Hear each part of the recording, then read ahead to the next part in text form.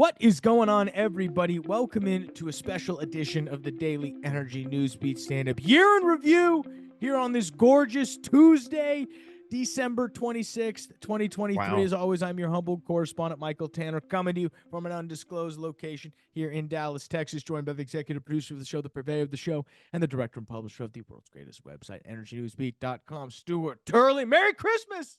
Oh man, it was. I just, I ate a little too much, but hey, Michael, it's a beautiful day in the neighborhood, but I want to give a shout out to all of our listeners. We have had a the staff is putting together our year-end numbers, Michael. Preliminary, we've had 5.5 million article reads on our transcribed articles on energynewsbeat.co. Unbelievable. We've had over 1 million downloads for Energy Newsbeat. We've had over 1.5 million with our other podcast with David Blackman. We're going to be at about, I'm guessing, 7 million impressions or more for all of our band. That is phenomenal. We wouldn't be anywhere without our staff and our listeners. Absolutely. I mean, it's by no fault. It's by no goodwill between Stu and I that we've made this point. So it's all our staff. It's all the listeners. We appreciate everybody who's tuned in this entire year. I can't say thank you for everybody who's reached out, said they enjoyed the show. We could sit here and list off, every single one of you guys, but we'll leave it to you. You know who you are. I'm going to go ahead and just leave this up to the staff to go ahead and pick out some of our top stories. We appreciate everybody. As remember, guys, the news and analysis you're going to hear in this year in review is brought to you by the world's greatest website, www.energynewsbeat.com, the best place for all your energy news. Stu and the team, as always, and of year-round, do a tremendous job of keeping that website up to speed with everything you need to know to be at the tip of the spear when it comes to the energy business. You can check out the description below, Apple Podcasts, Spotify, YouTube, for all links, timestamps, so you can jump ahead, figure out your top segments from the year. Go ahead and tell us in YouTube exactly which are your favorite segments as you listen to this, and we'll be glad to interact with you there. You can check out email the show, questions at energynewsbeat.com, dashboard.energynewsbeat.com, data news combo prawn. It's been a long year, Stu. I'm going to leave it up to the year in review. Have a Merry Christmas, folks. We hope it was great for you. Happy New Year. Billions for wind and solar in projects. Good luck plugging them in. This is a pretty cool article from, like you said, from the New York Times. There's a couple big things that has happened around the world there, and this one is really sparking it. And there are more than 8,100 energy projects. The vast majority of them are wind, solar, and batteries. Our friends over there at Fry Battery out of Norway are coming in to take care of this as well, too. But here's the problem. This is from our perspective. The interconnection process has become the #1 project killer, said Piper Miller, Vice President of Market Development at Pine Gate Renewables, a major solar power and battery developer. Michael, it's a brain trust issue as well. Two things really that are in this article. The EU is having to print money to catch up, because now the brain trust, just like Fry Energy coming across the pond, is now taking up a lot of this dollars, and they're having to create the same thing to attract people to go to Europe. The brain trust, people are fighting for these project engineers, Michael. You can't get people approved to work on all of these projects, wind, solar. The supply chains are not there. You may have the money, you may not get it done. It's gonna. I mean, think about this. I mean, it's just that PJM interconnection, the one that stretches all the way from Illinois to New Jersey, that will actually, I think we should probably cover next, right? Because it fits right in. But think about this. They've announced a freeze on new applications until 2026, so it can work through the already backlog of thousands of proposals, mostly for renewable energy. So exactly, that's the interesting part, is it's not just about, hey, can we build and spin up a wind farm? It's where does the actual electricity tie into the grid? You've been on it for years, Stu. Don't hurt yourself patting yourself on the back. But here's the thing, like Meredith Angwin, who shortened the grid, she brought up, and David Blackman just talked about this in their podcast as well too. The grid, and then I talked about it with Don Deers in my podcast. You have to add 180% when you bring in wind or solar for additional uptime guarantee instead of the normal 20%. So it is just nuts on this, Michael. Think about this. I love halfway down the article, it's one of the bigger titles says, imagine if we paid for highways this way. A potentially bigger problem for solar and wind, and that is in many places around the country, the local grid is clogged, unable to absorb more power. That means that if a developer wants to build a new wind farm, it may not just have to pay for a simple connecting line, but also for deeper upgrades elsewhere. Get this, Stu. These costs can be unpredictable. In 2018, EPD North America, renewable energy developer, proposed a 100-megawatt wind farm in southwestern Minnesota, estimated it would have to spend $10 million to connect it to the grid. But after the grid completed its analysis, EDP learned upgrades would likely cost upwards of $80 million, and it canceled the project. You know what this does do? It creates a whole new problem. When proposed energy projects drop out of the queue, the grid operator often has to redo the studies for other pending projects and ship costs to other developers, which can trigger more cancellations and delays. Dun, dun, dun. It's and there's about 6 things you said in there, Michael. There's 6 things. I mean, the number one that I just said a second ago was there's a brain trust missing from these people that can go through and analyze power, physics, and everything else. That's the number one job. It used to be IT folks. No, it's brain trust for energy, trying to get things on the grid. Hey, let's start with our buddy Pioneer Sheffield predicting $90 to $100 oil by early summer. I love me some Sheffield. He is one of the best, coolest cats in the entire industry. And the article says Sheffield is talking to the analysts, and he says, we remained constructive, highly constructive on oil prices, Sheffield told analysts. I'm still very optimistic that we'll move back into the 90 to 100 range sometime early this summer as we move and get away from this 78 to 88 swing in Brent prices. Time out. This is what everybody does, though. They couch their oil price by giving me Brent, which trades at a $7 to $10 premium to West Texas Intermediate, which Pioneer and most other companies that produce out of the Permian Basin get paid off that index, not Brent. So I do find it hilarious that, he's talking about his oil price prediction and he chooses the international benchmark versus the one that sits in his backyard. But I won't get hung up there. So continue. The other piece of this is Pioneer expects to operate an average of 24 to 26 horizontal drilling rigs in Midland. That's a lot of riggage, dude. That's a lot of riggage. That's a lot of riggage. We need to make that into a t-shirt. I don't know if I've ever heard that one before. I mean, Pioneer is probably one of the better positioned companies with their acreage in order to drill. I mean, they have vast, what is probably considered lower tier 1 at this point, but decent acreage that at these prices, even at $75, make very good economic sense. Let me ask you this. Yeah, let me ask you this, Michael. It says citing significant capital savings on a per foot basis of lateral wells in excess of 15,000 feet. Pioneer said it expects to place more than 100 of these extra long wells on production this year. Wow.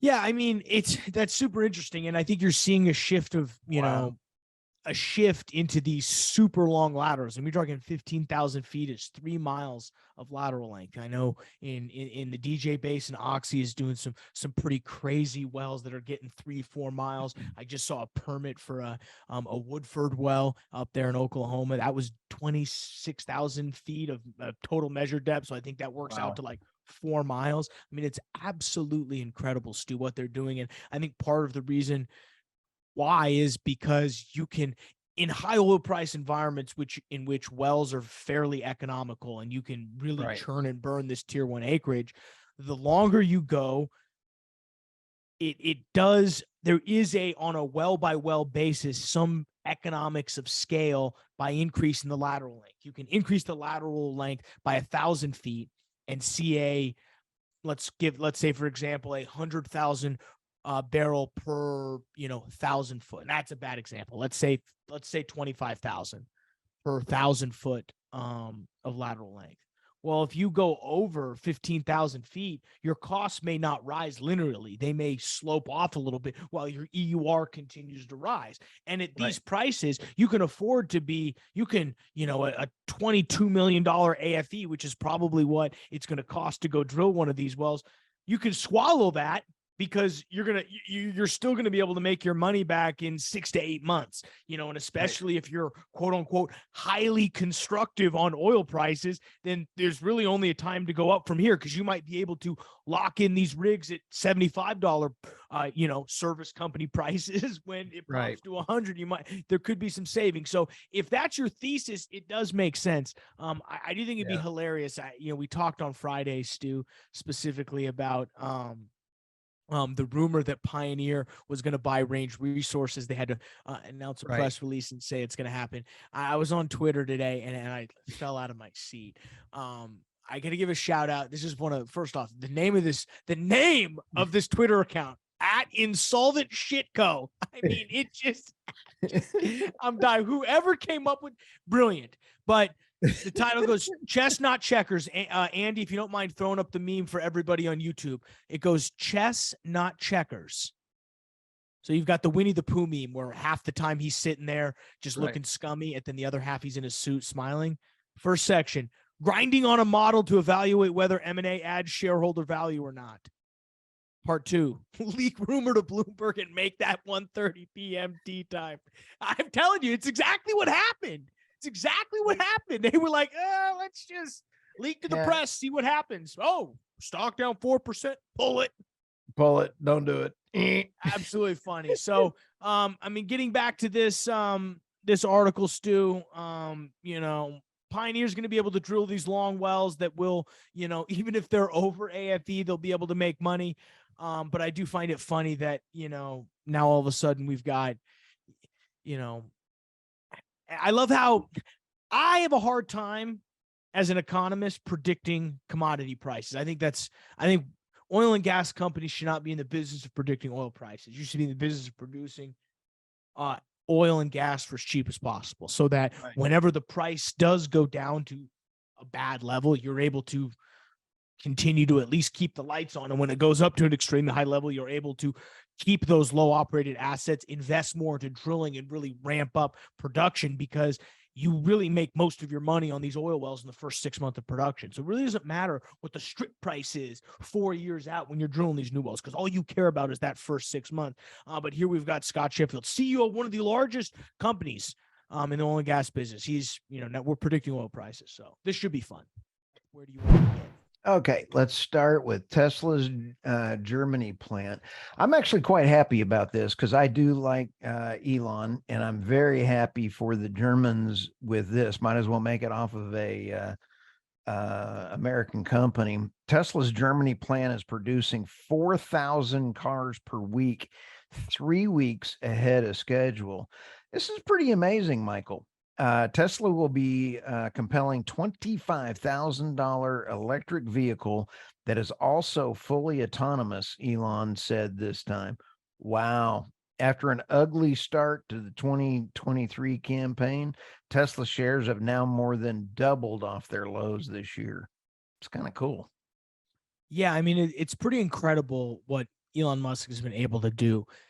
First off, I think, I don't think the autonomous driving really doesn't get talked about as much. You talk about Tesla. I think everyone talks about the electric. They talk about the batteries, the clean energy. Right. Really what's going to make Tesla valuable is will they achieve what would be considered full self-driving, or FSD?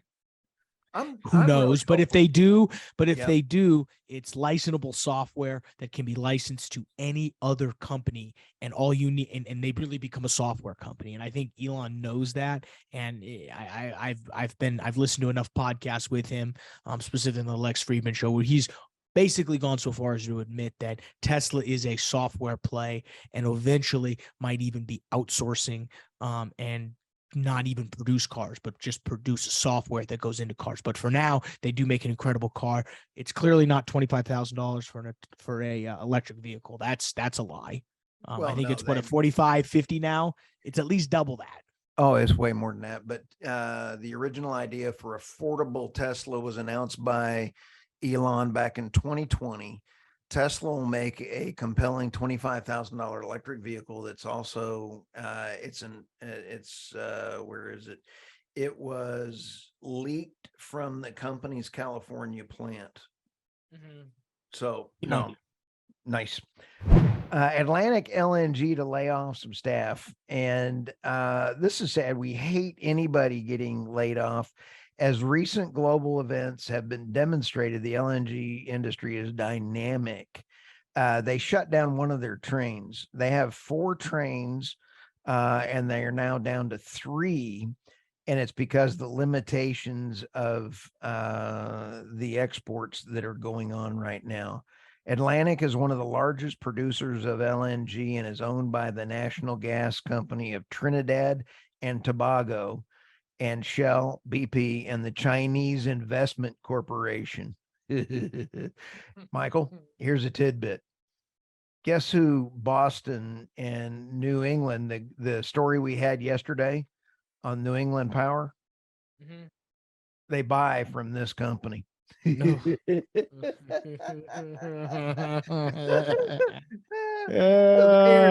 Of course they do. Oh, yeah. I just thought I'd share that a little bit of laughter. Let's go to India. Coal is back in business. Michael, we just ran this story about King Coal last week again, and now we're running another one. King Coal is coming back with a big bang, said Anil Kumar Jha, the chairman of Jindal Power. Holy smokes. There's no talk at all of phasing down coal at the event. Rather, the debate centered around on how just high coal's demand will rise, with the consensus that it will jump to 1.4 billion tons per annum by 2030 from around 1 billion tons currently. How in the world, Michael, I want to ask you this one right now. How in the world can India make their quote unquote climate goals by increasing their goal from now on? I think everything is a trade-off. I think if they don't increase their energy output and continue to provide low cost energy to their billion plus growing population, they're going to find themselves in a position of very negative growth, or not negative growth, but slowing growth. I mean, they're one of the fastest growing economies right now. I mean, I think they just took China in population. Yep. And from an economy standpoint, they're booming right now. And we've seen it here in the United States. What's the easiest way to trigger a recession? Make the cost of energy skyrocket. Europe, energy prices have skyrocketed. So right. India's continued to buy Russian crude. Why? Because they support the Russians? No, but they like cheap oil. They like cheap fuel. And so they're going to lean that way as long as the incentive structure remains the way it is. I mean, you can commit to anything, Stu. I'm going to commit to going on a diet starting tomorrow, but we'll check in 2 months, see how I'm doing. I'm holding my breath. Oh, exactly. So you're holding, that's about as long as the diet will last. But if you can keep, if there's no incentive for me to, if, you're not going to pay me for 1 month, which, boo-hoo, it may encourage me to go on a diet. So I say all that to say they're doing the right thing for them. Exactly. You can't necessarily be mad about it. Would I wish they were buying our LNG? Sure. But where would the LNG come from? We can't export it enough to satisfy their need quite yet. They're going to go get it from Qatar. Right. Now, here's the thing. Yesterday, we talked about China, how much they are building They produce unbelievable amounts of energy via coal. They're doing 2 a week, just Yep. by that. So anyway, I just wanted to shout out. And you've always heard me say this. I love India. I love the leadership for trying to get low cost power. And I know you're shaking your head. Yes, you're already tired of saying financing the energy transition. Follow the money. We need a plan to provide the lowest kilowatt per hour along the path. The cost of moving the energy sector toward net zero is huge, but new research reveals that companies are increasingly prepared to invest, and funding is increasingly available. Let's find out those sectors, Michael. Coming around the corner.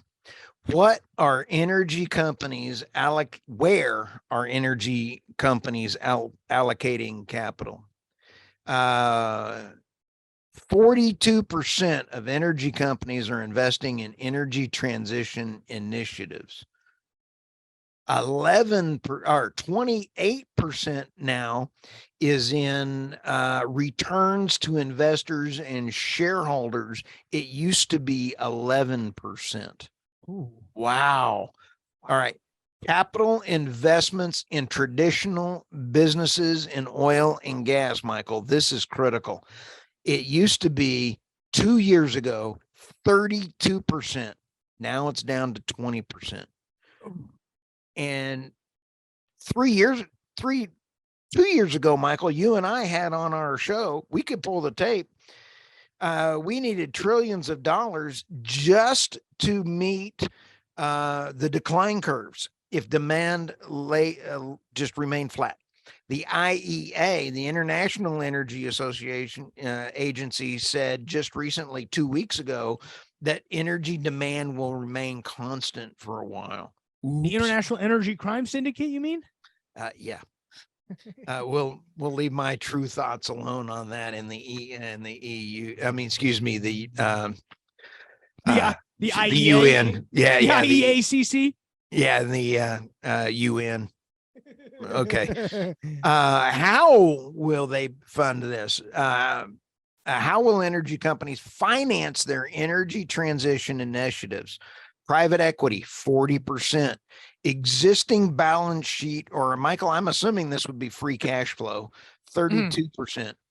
Equity capital markets, 29%. Data capital markets, 20%. Debt capital markets, debt. Oh, thank you. Thank you.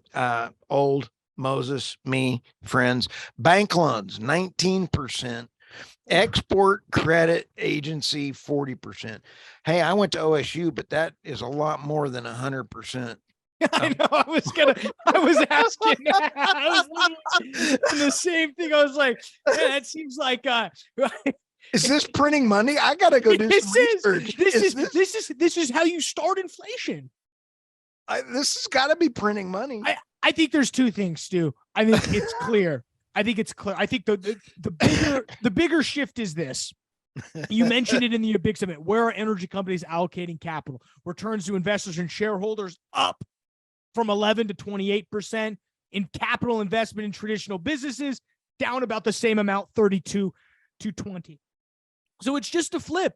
People are saying, okay, instead of spending all of this money in putting it into the ground, just give it back to me. Because think about it, the track record of oil and gas spending capital from 2012 to 2020 to 2018 was terrible.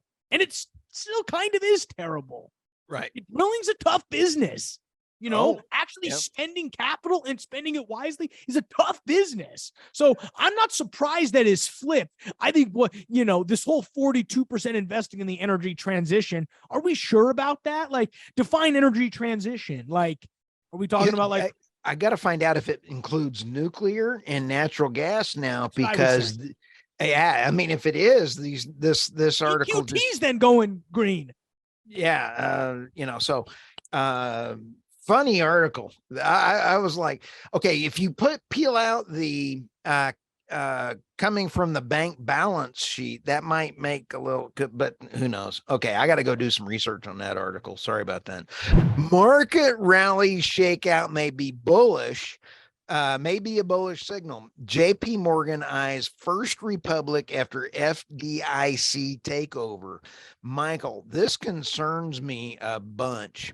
The FDIC seen taking over First Republic. Banking giants, including JP Morgan Chase and PNC Financial Services, are looking to buy First Republic following a government seizure. The Wall Street Journal reported Friday night, citing sources. The FDIC asked for initial bids by Sunday. Bloomberg reported on Sunday after, I was going to say gouging, but gauging initial interest. Bank of America is mulling it. Michael, this is systemic of an overall problem. And if the government keeps bailing out banks, it's going to be an issue. What are your thoughts?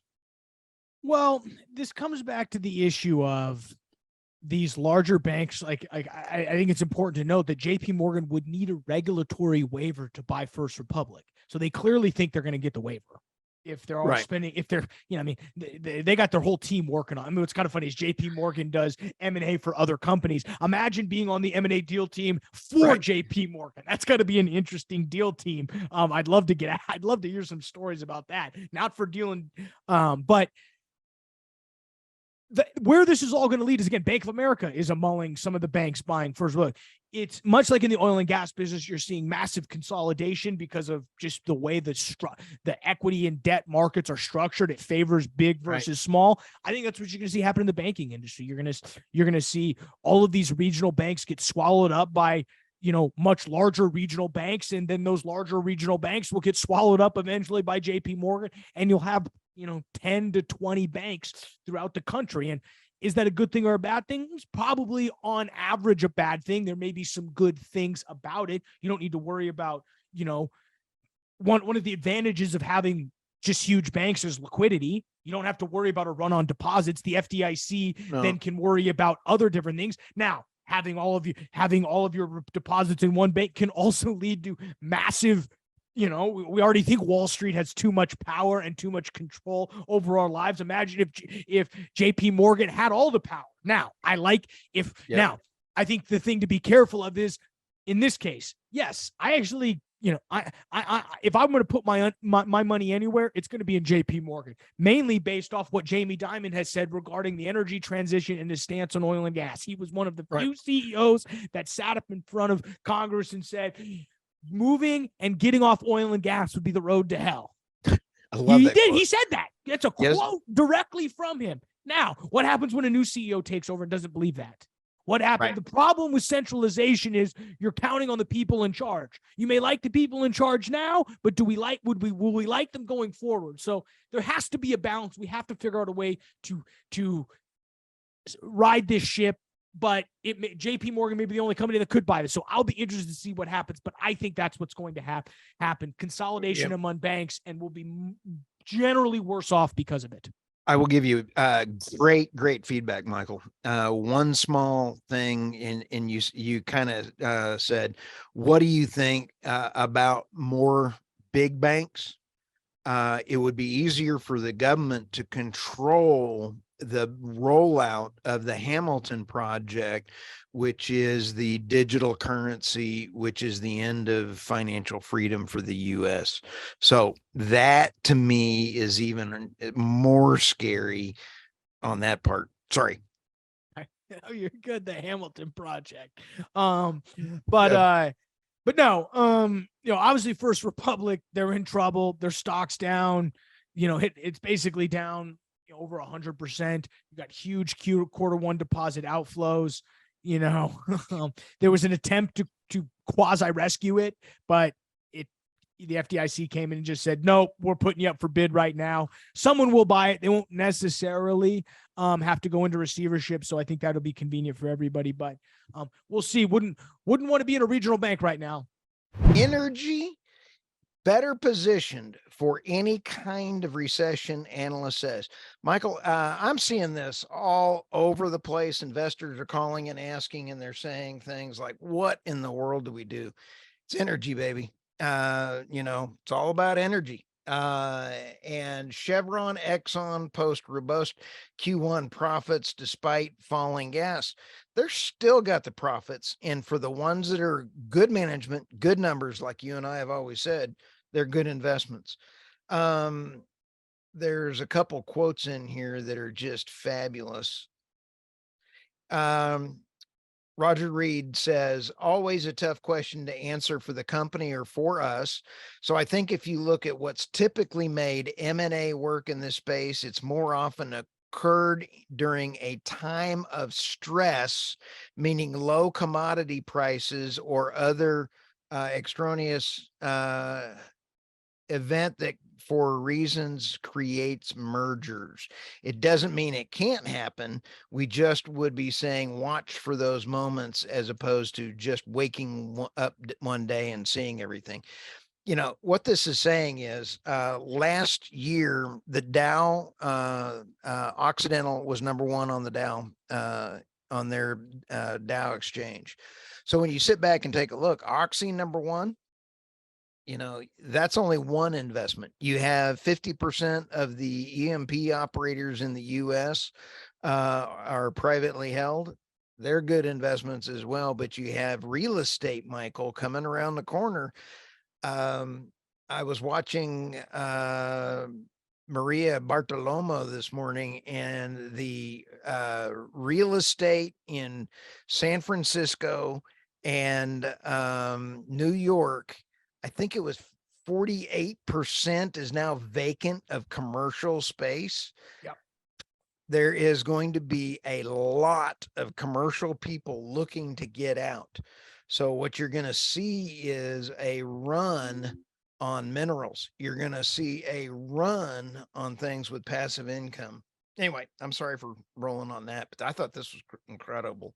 Yeah, I mean, I think he accurately points out, and I thought, Roger Reed, he's a Wells Fargo analyst, so think what you want about their ability to predict. But I think he poses what I think is the right way to think about an Exxon Mobil from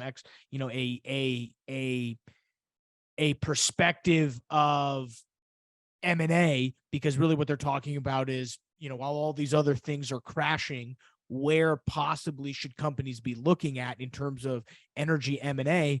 Well, when you're looking for an acquisition, are you looking for future drilling sites or more of a decarbonization play, which I think is key? There's two driving forces that are going to keep energy high. Obviously, exactly, commodity prices, and that goes into the future drilling locations, but then also the decarbonization for all the stuff that's going on in the Inflation Reduction Act. Who says there's not an Inflation Reduction Act 2? And all of a sudden, CCUS is thrown in there. Here's the thing. There's absolutely zero reason to fight the clowns. And, fighting the clown, great, let them do it. Go make some money. And then, punch them in the nose or squeak their nose or squeak the horn later, and just go put your money where you can make money. And it's in natural gas, nuclear, modular nuclear. All you got to do is watch out for yourself. Louisiana is positioned to have opportunity to capitalize on changing global market demand and lead in the future of energy by bringing online new advancements in the industry, such as carbon capture and storage, CCUS, and utilization. I want to throw that in there. Blue and green hydrogen and renewable diesel. Michael, there's about 16 really nice big projects going on in Louisiana. And I respect the leadership because they are doing renewables. They are doing oil and gas. Louisiana is home to the Haynesville formation and lots of natural gas. You've got so much going to the Gulf that they have just a huge amount of good things going on. Besides having Tyrus off of Gutfeld there. I mean, Gutfeld's a rock star, and his ratings are insane. I saw he's the #1 late night host. Oh, absolutely. And I would like to have Gutfeld and Tyrus and Kat on our podcast if they're ever listening. So just want to throw that out. I'm sure they're listening. I'm sure they're getting their editors on it right away. Oh, absolutely. But anyway, hats off to Louisiana. Absolutely a positive article. They've got $18 billion in projects announced for carbon capture, renewable biofuels, blue and green production of hydrogen and ammonia, while they're doing all of the normal oil and gas in the Haynesville. Wonderful way to do it. So yeah, and they're taking the, I mean, I think the infrastructure and investment in the CCUS really will be the bridge between the old and the new, if this is where things are going regardless. I mean, if scope 1 emissions are going away, CCUS is the quickest way to do that. So I think this is smart overall in terms of a strategic play. Ford loses nearly $60,000 for every electric vehicle sold. Is that a good business sustainable model? No, that doesn't add up. No. I mean, I was like, the car maker was on a roll at the time. Let's see here. It was planning on starting a production of the F-150 Lightning, the electric version of the iconic best-selling 150. You and I have already talked about this. Let me get into the losses here. It appears that the Ford Model E recorded a loss before interest and taxes of $700 million. This is $100 million more than fourth quarter of 2022. The margins are also in the red. The EBIT, earnings before interest and taxes, which allows investors to assess the true cost of the activity, is negative 102.1%. And this is more than twice as much as fourth quarter in 2022, in which the EBIT margin was negative 40%.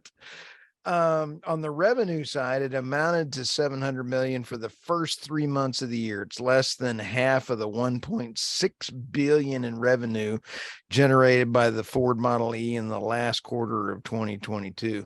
We're seeing some real trends there, Michael. People are not wanting to buy electric.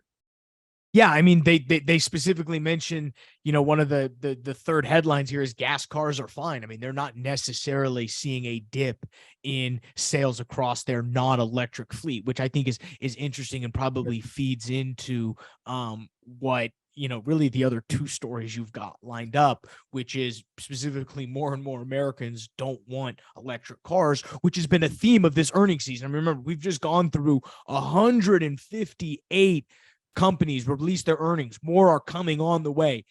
We're being able to dive in and really, in a full year of all of these companies doing EVs, been able to sort of look behind the glass and see a little bit into their balance sheet. It's not good. No. And Siemens lost $1.7 billion in their wind farm division. Yeah. Okay. I think, and this is just my personal opinion on this before I go to the next story, which is related to this story, and that is the infrastructure bill. Actually, I think has caused part of the problem, Michael, from the standpoint that the Biden administration goes, okay, look, tax credits, no, tax credits, no, you get no tax credits for you. I mean, they're just like they're the infrastructure bill or the Inflation Reduction Act. Both of them are porculous, but it was because I was going to say there was the porculus bill was before the Inflation Reduction Act. The Inflation Reduction Act had the big tax savings in the car, and wasn't the porculus bill is what it was. It's dubbed now, but wasn't it called like Build Back Better or something? Yeah, like there was some weird phrase. You know, you just can't buy this kind of entertainment. Next story here, man. More and more Americans don't want electric cars. Battery powered cars seem like the next best thing, but growing Americans aren't ready to give up internal combustions. We live in too big of an area, Michael. I travel from state to state. Top line metrics on overall EV market share, availability, affordability have been on a long-term upward trend. The market research firm said, but beneath those headline numbers, we are starting to see some consumer behaviors that suggest a possible bifurcation of the automotive marketplace. Let me put it to you this way. people are going to be able to have transportation in everywhere but California and New York. If you want to live and own a car, you can be anywhere in the US except in those cities or even Chicago. I mean, that's just the way that they're planning on doing it, Michael. Yeah. I think there's a few hurdles specifically on like the user acceptance side that I think this article points out. One, respondents in this, survey were very concerned about their performance in extreme temperatures. I think that's the first thing, and no one in Colorado people in Colorado, yes, they have a Tesla, but they're not taking it to the mountains. No, and that's their second car. Yes, exactly. It's EVs are people's second car. When the discussion shifts from second car to primary car, you might have me. But that's a long way away. This is an interesting thing. Obviously, the majority of boomers and pre-boomers aren't considering EVs. That's clear by these stats. This is interesting. 33% of Gen Z told this survey that they were either somewhat unlikely or very unlikely. Oh, that's not an insignificant portion of the population, no. and Gen Z no less. I was surprised by that number, but I'll tell you what. I mean, you sit back and take a look at me. Why? Because I can buy a $15,000 used car and be just as happy. And think about the difference between that.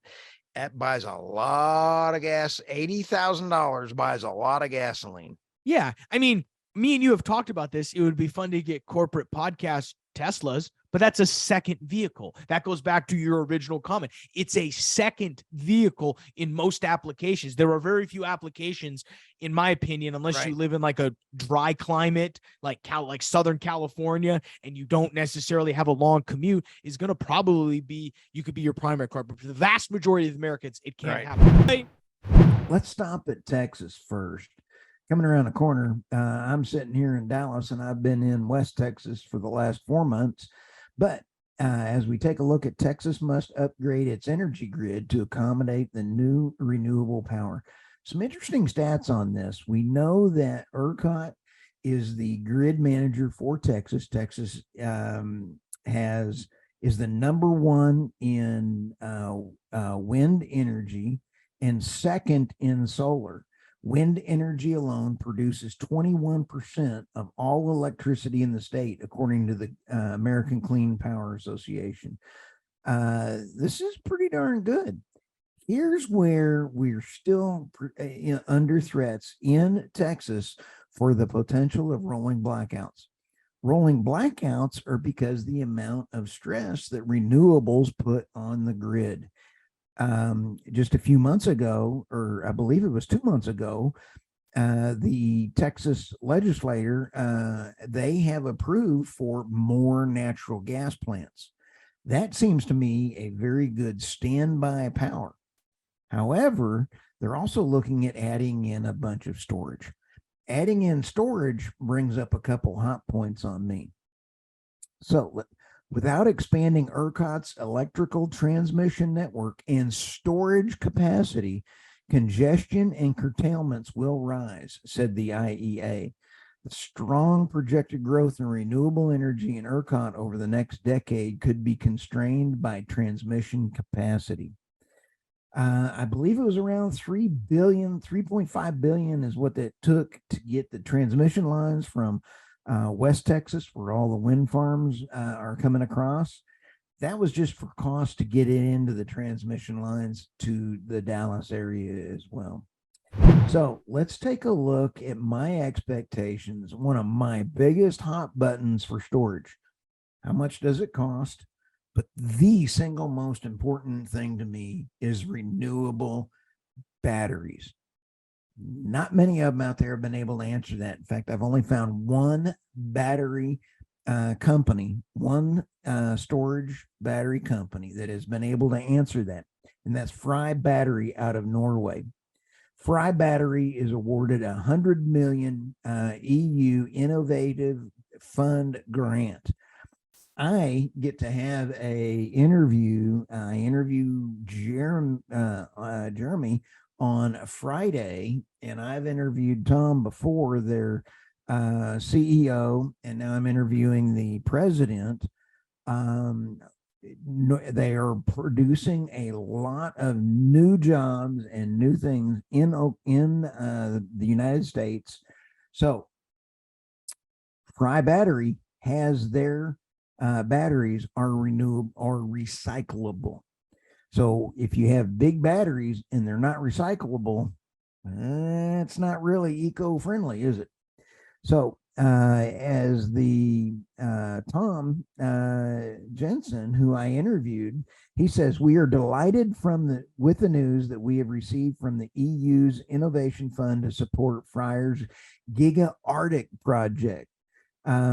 This grant is a recognition that batteries represent the key catalyst to the energy transition, supporting regional energy security through faster deployment of renewable energy.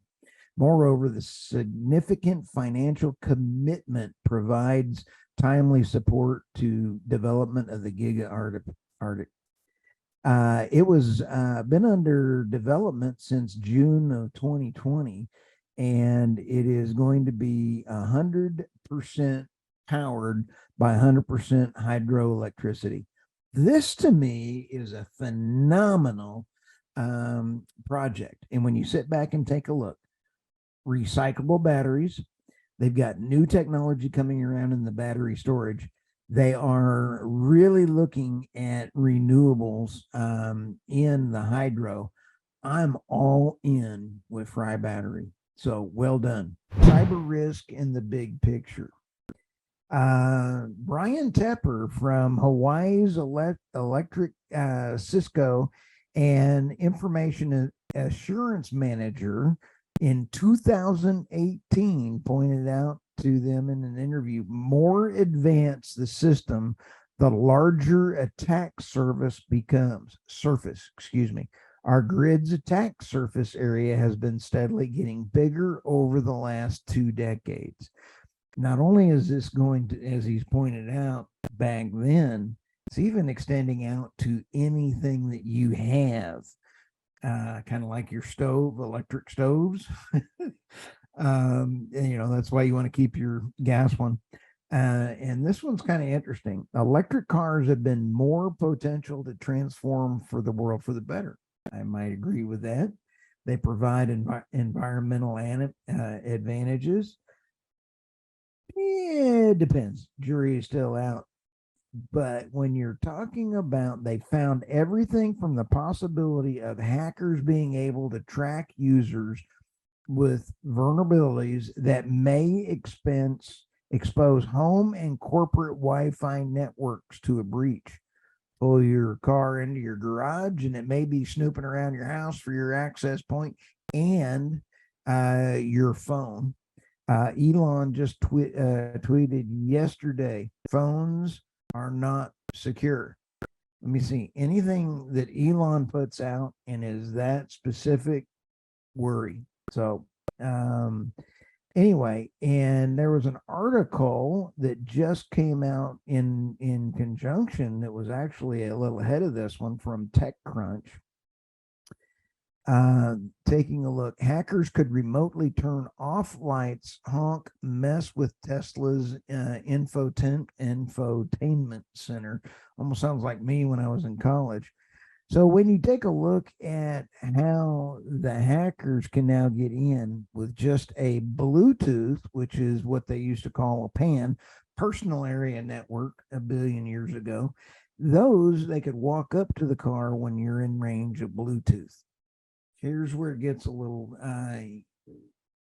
into this now, is that once they get in via Bluetooth, they can hop over into the underlying core of the software.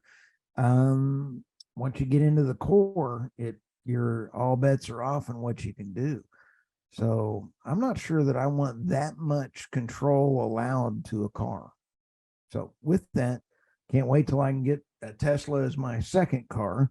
Not ready to have one as a primary yet. Global oil demand to reach record high in 2023. This is, out of the IEA. I'm going to read a lot here from the article, because what this is what they call, as I mentioned, their latest oil market report out of our favorite energy analysts over at the IEA. 100% credible. We subscribe to every word they do. Top line numbers: global oil demand will increase by 2.2 million barrels per day to reach a record high of 102.1 million barrels per day in 2023, courtesy of our favorite data analyst. To dive into those numbers a little bit, China's going to go ahead and account for about 70% of global gains, really off the back of their petrochemical use. The quote out of the IEA says China's widely anticipated reopening has so far failed to extend beyond travel and services, with economic recovery losing steam after a bounce back year. Yet they're accounting for 70% of the global gains. So we love a little marketing twist there. IR guy of the week right there. They do actually project some growth to slow to 1.1 million barrels per day in 2024. The quotes there saying the world oil demand is coming under pressure from challenging economic environment, not the least because of a dramatic tightening of monetary policy in many advanced and developing countries over the past 12 months. Interesting. No mention of renewables. It's all in the global financials. Interesting little pivot there.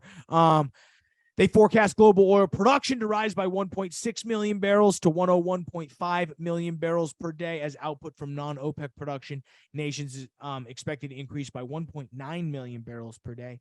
They also see global oil supply rising to 102.8. So they think fairly in balance, with about 700,000 barrels over balance. That's interesting because we're seeing prices rise right now. So that's what I find hilarious, is that, prices off the back of this rise, when they show, whoa, maybe we're oversupplied now, when we see oil supply, quote unquote, outstripping oil demand.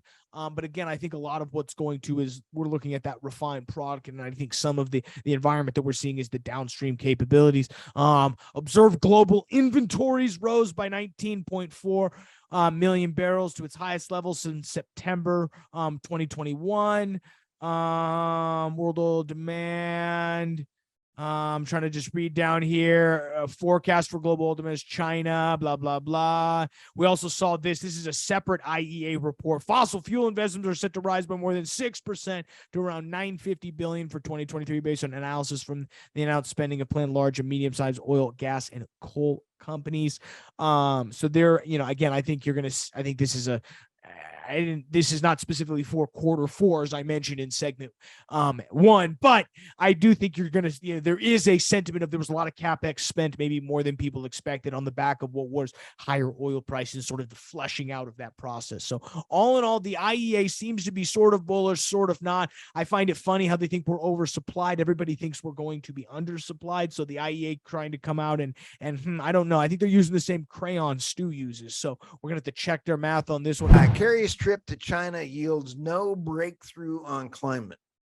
Let's have a moment of silence for his trip. Okay. That moment of silence went way too long. Sorry about that. The United States and China failed to reach new climate agreements despite productive conversations. Special climate envoy John Kerry said Wednesday after a 4-day visit to Beijing, an outcome that underscores the tension between the two world's biggest carbon polluters and economies. I mean, I don't know what you want me to say. We fly Kerry out there private, we get his staff out there, they're staying at, probably the Ritz-Carlton over there in Beijing, Right. He quotes here, Michael, we had a very extensive set of frank conversations and realized it was going to take a little bit more work to break the new ground, said Kerry. Perfect. So we've agreed we're going to meet intensively. Okay.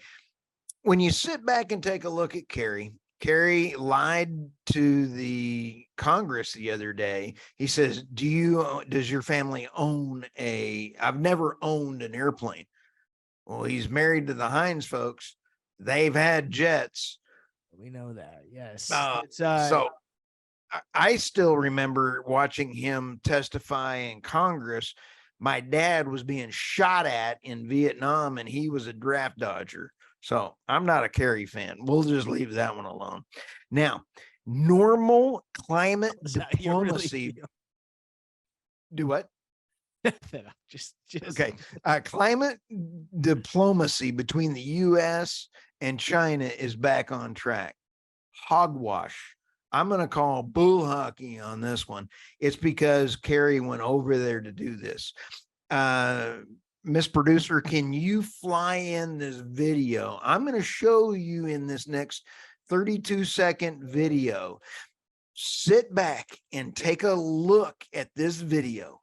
It is the Biden administration and their funding of $14 million, I believe, of what John Kerry's office is all about. He's not even approved by the Congress.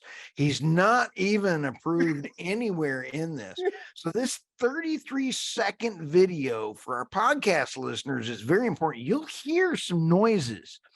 These noises, Michael and I will tell you what's going on right as we come back from this 33-second John Kerry treating the U.S. customers.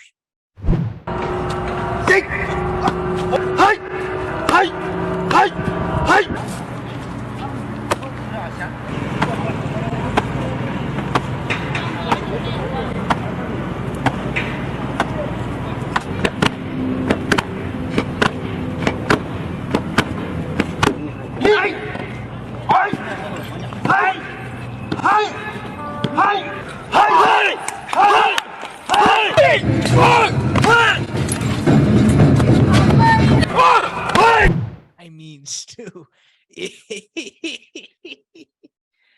Okay. That hurts. That hurts. So, Michael, what'd you think of that? I mean, wasn't it kind of like the consumers are getting it in the nuts? I mean, yeah, as always, of all the things we've got to worry about China with, AI, them nuking us, them cutting off Taiwan for, chips, their eventual invasion of Russia, all the things we have to worry about with China, and we've got to worry about climate change. Like, I hate to agree with Mitt Romney, but he's got a great quote on this in here. He says, what was it? Oh, I missed it here. Let me pull it up here. What does Mitt quote, say? Climate change is probably not our highest priority in dealing with China, but if we can get them to reduce their emissions, that would be a good thing. Senator Mitt Romney told Politico before Wednesday's announcement. Like, that's how I feel. They're putting in 2 coal fire plants a weekend. What are the odds? Again. Huh? Make coal great again. Make coal. Hey, let's have a little bit of fun. Boy, that almost sounded like Putin. Hey. Okay. Recent grid reforms might not be enough for Virginia to hit its clean energy targets, advocates say. Michael, this is a common theme. And when you sit back and take a look at job creation, wind, solar capacity in the queue, and then you take a look, Virginia is on track to meet short-term carbon-free targets laid out in the sweeping Clean Economy Act of 2020. It's remarkable considering that 44,000 megawatts of wind and solar energy storage projects proposed across the state are still waiting in PJM's interconnection queue, which is, Michael, what is that? That is regulations from the Biden administration holding this up. Oops. Now, here's another quote in here from Amon. He says, even though Virginia is in good shape for the immediate future, more proactive transmission planning would really help. Really? Yeah. You cannot put, Michael, you cannot put renewables on a grid without planning ahead. It does not work. You cannot do it. And they're 180% higher in order to get it done. It's dumb. It's the pot calling the kettle black. This Dana Amon. Do you know what this person is? they're a policy analyst at the Natural Resources Defense Council, who I'm pretty sure was involved in writing the Inflation Reduction Act. So the policy analyst didn't think originally when they wrote the bill that maybe if we're going to inject all of this money into the economy via clean energy, we should at least have the ability for somebody to approve the permits. They're absolutely stupid. So this policy analyst should probably go work. It's probably straight out of the IEA, straight from Brussels over here, and they're getting hired by the Natural Resources Defense Council, because clearly if you had seen this coming, you would have addressed this in the Clean Economy Act. Absolutely. It's hilarious. Further down here, it says 5,200 megawatts of offshore wind. While she is cheered by the progress, though, so far, she's faced many hurdles. Michael, on 5,200 megawatts, let's talk about what that means to the grid. 5,200 megawatts may be the tag on that wind turbine for their capabilities of generation, but for a grid balancing authority being able to do that, that's divide that by 180. You're not going to be able to count on that wind in order to remain all the time. And I use about 5.2 megawatts of electricity every month to power all my screens. So I don't even buy it's that much. I just think it's hilarious. Everyone now is talking about, well, permitting. We got to reform permitting. We got to reform regulations. Like, you dummies, think of that beforehand. Get the regulations right before you start dumping all of this money in, or else it's just a cash grab and nothing's going to happen. Personally, I think it's a cash grab, but we'll leave that alone. Federal judge orders the Biden administration to expand the Gulf of Mexico oil auction. I'm not sure who picked this picture, but it looks like Diaper Dan there. Biden is all grumped out. I mean, it was. So the Louisiana-based judge concluded that the Interior Department probably moved wrongly at the 11th hour to yank roughly 6 million acres off the auction block. Whoa. The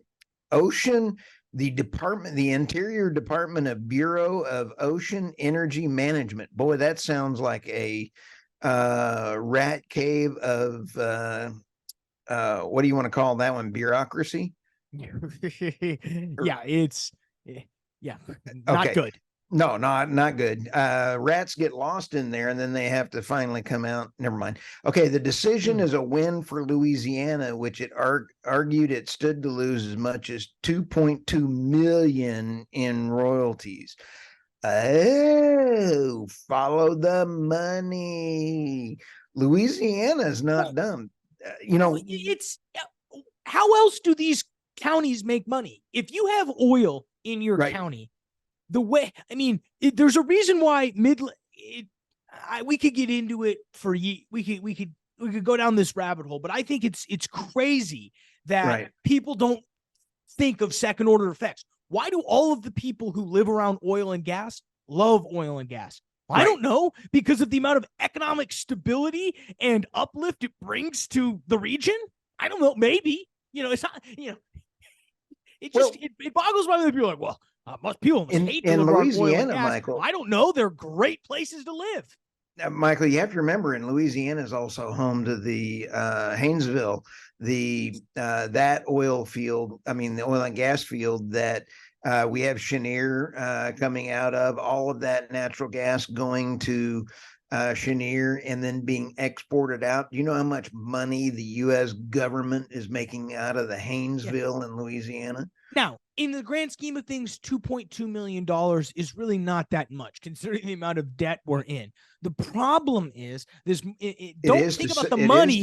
Think about the supply of oil. We're already in a point where we are going to be undersupplied. What is the one few things that an American oil company can do that can move the needle realistically in terms of oil production? Well, it's offshore. There's not much onshore that's going to really move the needle. I mean, outside of ExxonMobil saying we're going to double our Permian spending, Chevron and Pioneer all coming out saying we're all going to double our capital expenditure in the Permian. Okay, that maybe moves the needle. What does move the needle?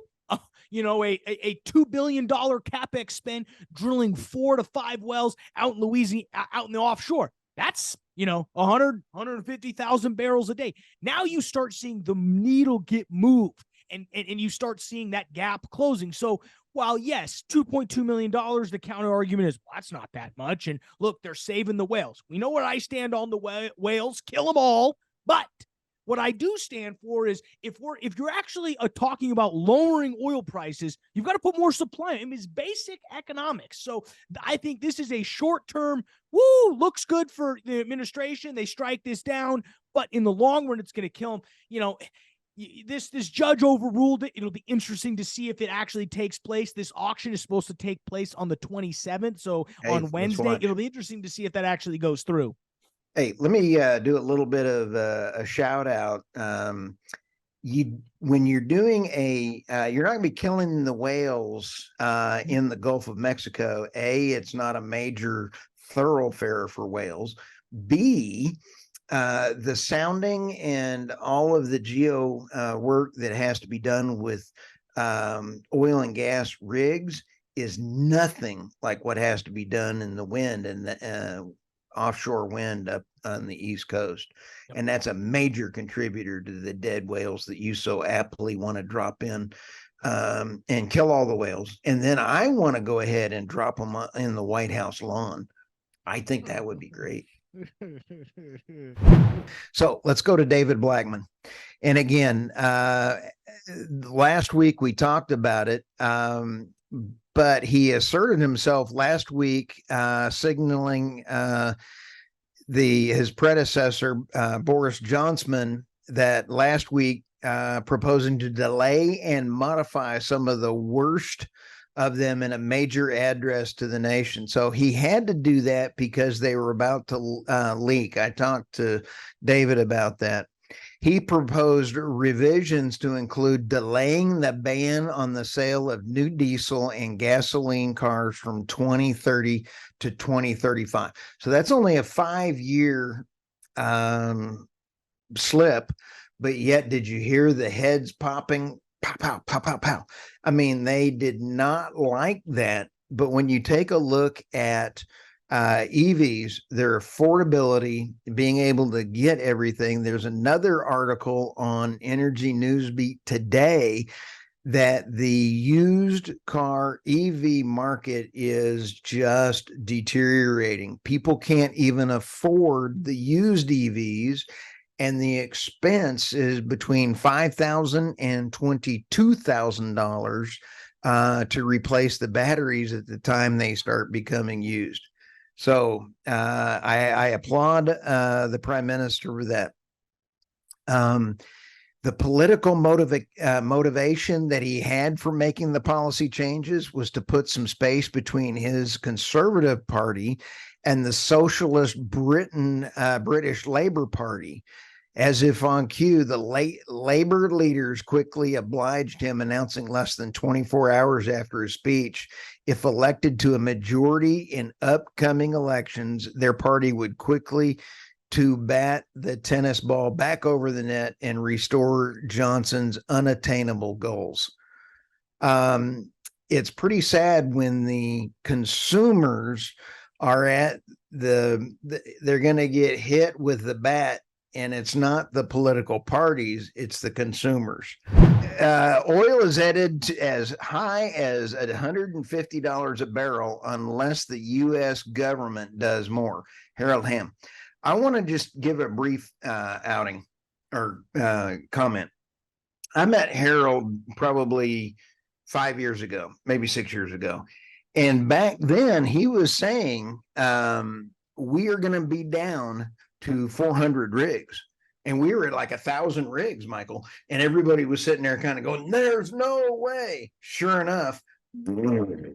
So the man, Harold, knows what he's talking about. So pay attention when he does talk. And his Continental Resources he bought back is, I think they're providing 2 million barrels a day. They're a player. So let's talk about Harold's. Crude output in the Permian will at one day peak as it already has in rival shale fields as the other Balkan region and North Dakota and the Eagle Ford in Texas. Continental Chief Executive Doug Lawler said in an interview with Bloomberg, without exploration, you're going to see 120 to 150, he said. I guarantee you it's going to send a shock through the system. Now, how come? It's because the ESG mold is folding. Investors want their money back. They're quit investing in things. We're seeing the renewable. Nobody's bidding on wind farms now. They can't. No, I'm with you. I just find it funny. The title, Harold Hamm asking the U.S. government to do more to control oil prices. Man, I would have not put that in my genie bottle of things I would have guessed would have happened 2 years ago. I'd see Harold Hamm at an event saying, we need more government intervention to lower oil prices. It's kind of it's the weird twilight zone we're living in. Well, in his book I have right over here, he's probably talking about in this telling by the articles, the author of the article, he definitely he's referring to regulatory issues.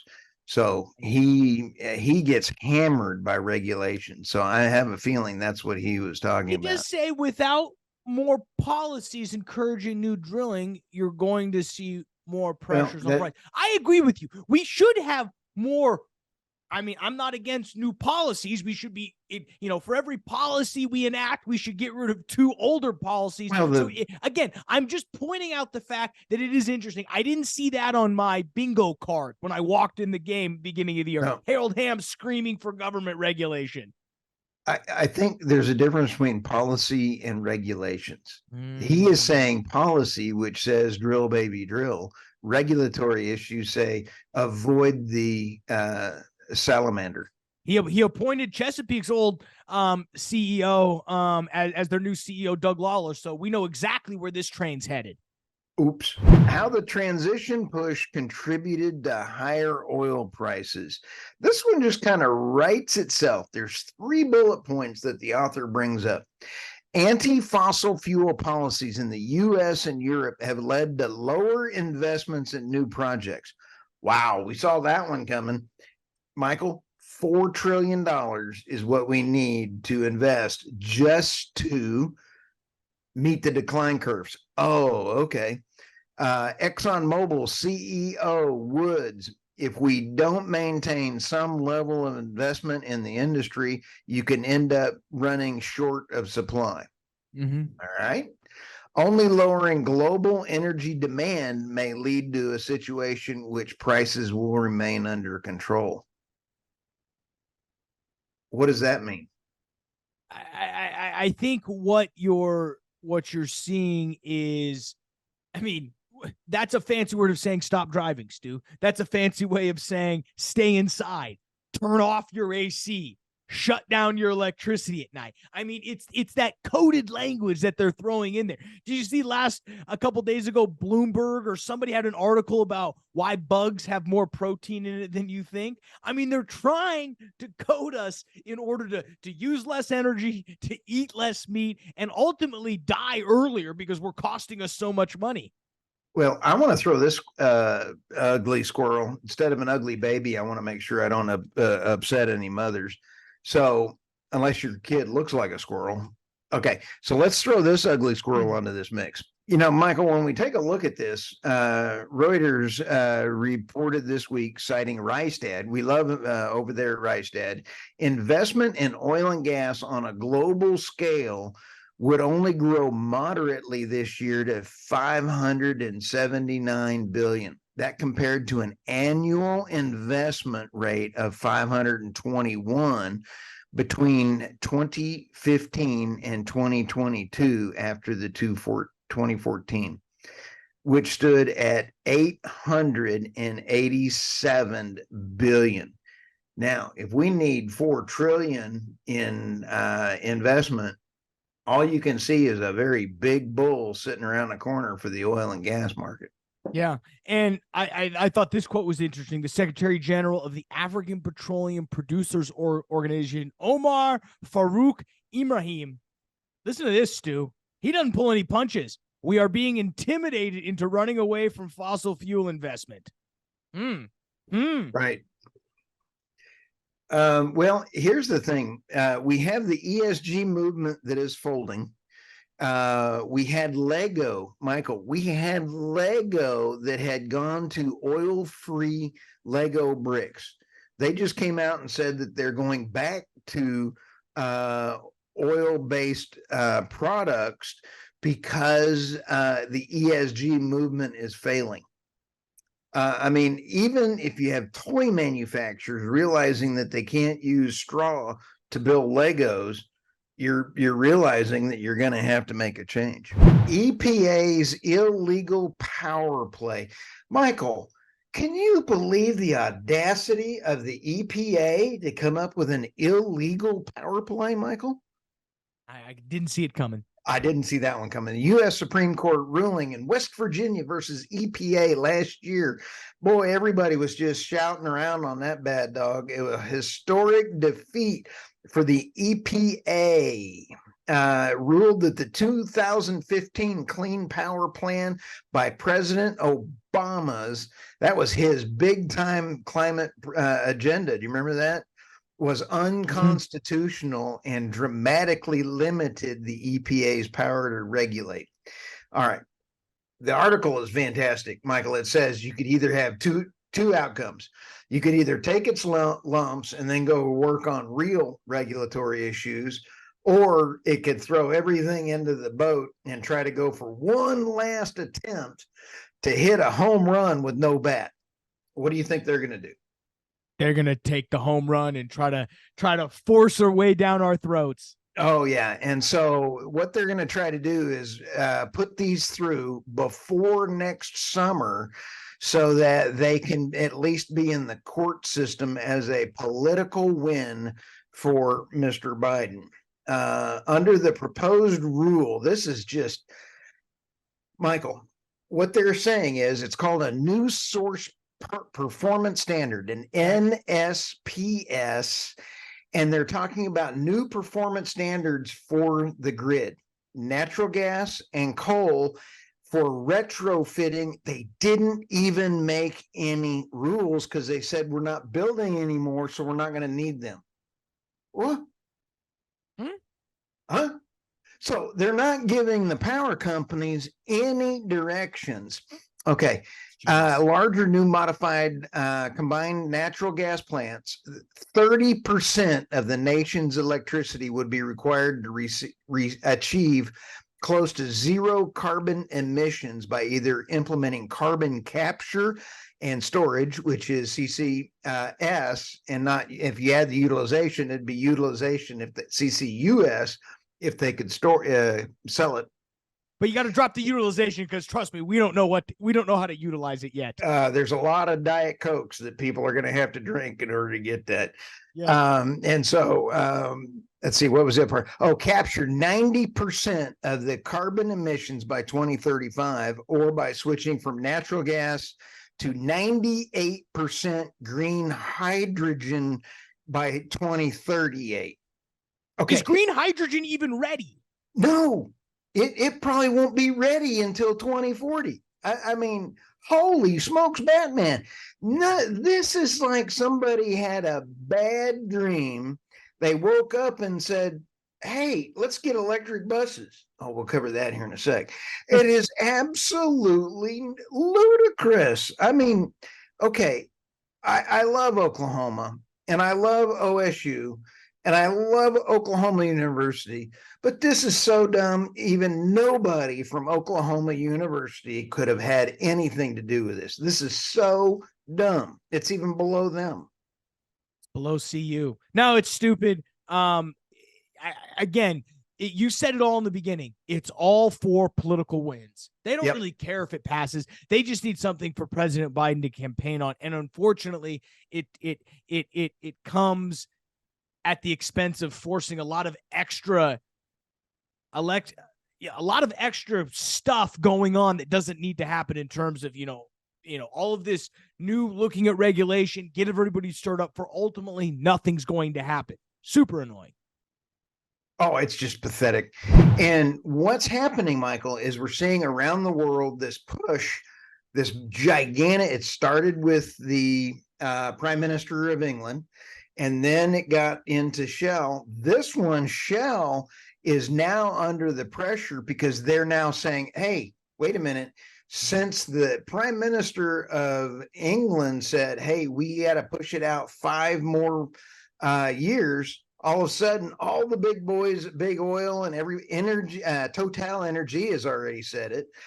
And Shell, Wild Swan, that's a funny name, has already come under pressure in an open letter posted this month. Let's see, where is it? Quote, for a long time, this guy was Thomas Brostrom.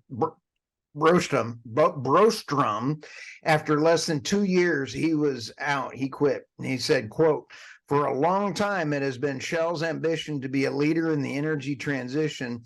It's the reason we work here. The recent announcements at and after the capital markets that day deeply concern us, and we can only hope the optics of the CMD announcements are deceiving and that Shell continues its path as a leader in the energy transition. How can they pay for the energy transition if there's no profits? The taxpayers are now not bidding on offshore wind, and there's a whole money paradigm shift changing right now in the renewables. So I thought this was pretty interesting when you and I talked, I believe 2 weeks ago, Michael. Shell, BP, and all these others started following the U.S. big oil companies and backing away from renewables. I thought this was a pretty good article. Yeah, and I mean, one thing, it's nice to see a company be able to take criticism from internally and turn it into a positive. And I love the quote from the CEO: for an organization at the crux of the energy transition, there are no easy answers and no shortages of dilemmas or challenges. They also saw a spokesperson come out and said, we appreciate our staff that are engaged and have passion about the energy transition and sell. Then a bunch of googly gob after that. But I love that they're standing behind this guy and these two people are not completely throwing them under the bus, because he's right. There is some, something's got to go here. If you're going to lean more, they say, Shell keeps saying they're going to lean more into operational efficiency. Well, you know what that means. Oil and gas projects. Drill more wells. Exactly. And get more oil. So we know exactly what that stands for.